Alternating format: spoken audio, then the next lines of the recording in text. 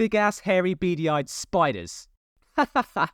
Got all 2.7 to 6.1% of you with arachnophobia. If you flung your phone or tablet into the wall in response, I suggest you take a long, hard look at yourself.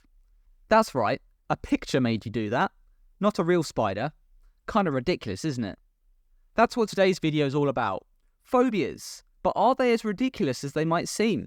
According to the Harvard Dictionary, a phobia is defined as a persistent, excessive, unrealistic fear of an object, person, animal, activity, or situation. While some groups define phobias differently, almost all cite them as irrational. I take issue with this word, as while a picture of a spider is irrational, a fear of the actual thing is not. Some spiders bite, are poisonous, or just say mean things. A more accurate definition would be to do away with the irrational part altogether. Phobias is simply an extreme fear, and while some are ridiculous, others just make sense. Let me help you visualize it. I present to you my extremely sophisticated fear rationality chart. Yes, I know, it's quite complex. If you need to pause the video to take it all in, please do. A phobia can fall anywhere on this chart. Let's begin with some rational fears. The first one that comes to mind is a fear of death, called thanatophobia. Some philosophers compare being dead to pre-existence, therefore they see no reason to fear death. Yet I ask you, how will I watch the next episode of One Punch Man when it finally airs if I'm dead? Sounds pretty terrifying to me. A fear of death is as rational as it gets. Next up we have phoniasophobia, which is a fear of murderers. Perhaps you're noticing a trend here. However, unlike with plain old death, a murderer will dish out a good deal of pain before you shuffle off the mortal coil. Unfortunately for most of us, we are neither murderers nor Francis Ngannou, so I doubt we'll be able to take a murderer down before they get us. As such, the fear is very much founded.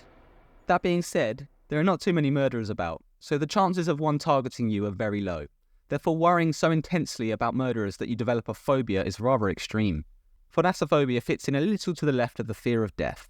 Similar to a fear of murderers is a fear of heights, acrophobia. Just as being in the presence of a murderer may result in death, the same is true when you're very high up. Of course, there are numerous safety measures in these situations. Planes have co-pilots and can fly with one engine, and when you go bungee jumping, you obviously have your bungee. That being said, accidents happen, and unless you spontaneously develop the ability to fly mid-descent, you are very much dead. Considering the near certainty of death when you fall from a significant height, acrophobia has earned its spot far on the rational side, right next to the fear of death. Now let's move on to middling fears. They're not quite rational or irrational, instead somewhere in between. A common example of a middling fear is a fear of dogs. Cynophobia. While most dogs are cute and want nothing more than to be your friend, some are of a much more sinister disposition. Sure, a dog might be all happy and lick your face during the day, yet it was just a taster before ripping off your face at night when you sleep. Similarly, a dog might be the ultimate guard, protecting you from all manner of visible threats, but then on the other hand, expose you to ones that you might not foresee, such as reporting you to the IRS for those meme coins you made a killing on. Sure, it's not likely to happen, but it just might.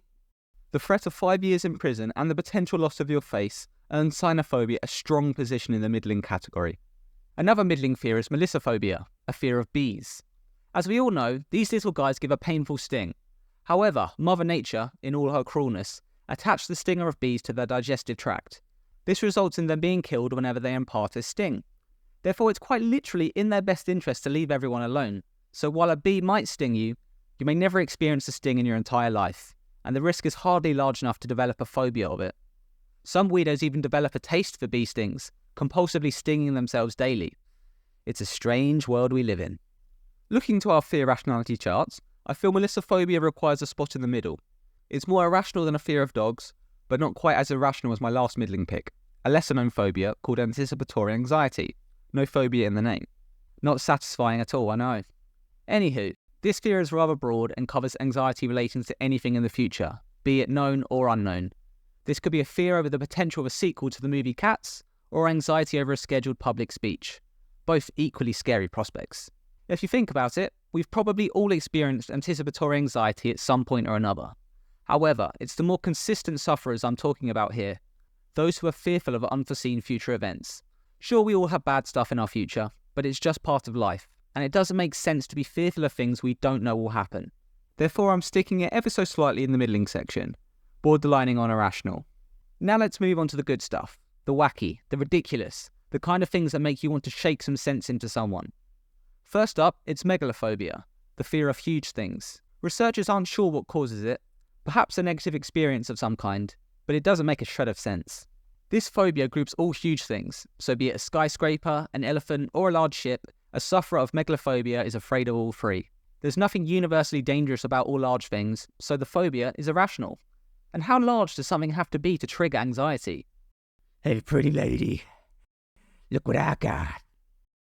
Oh.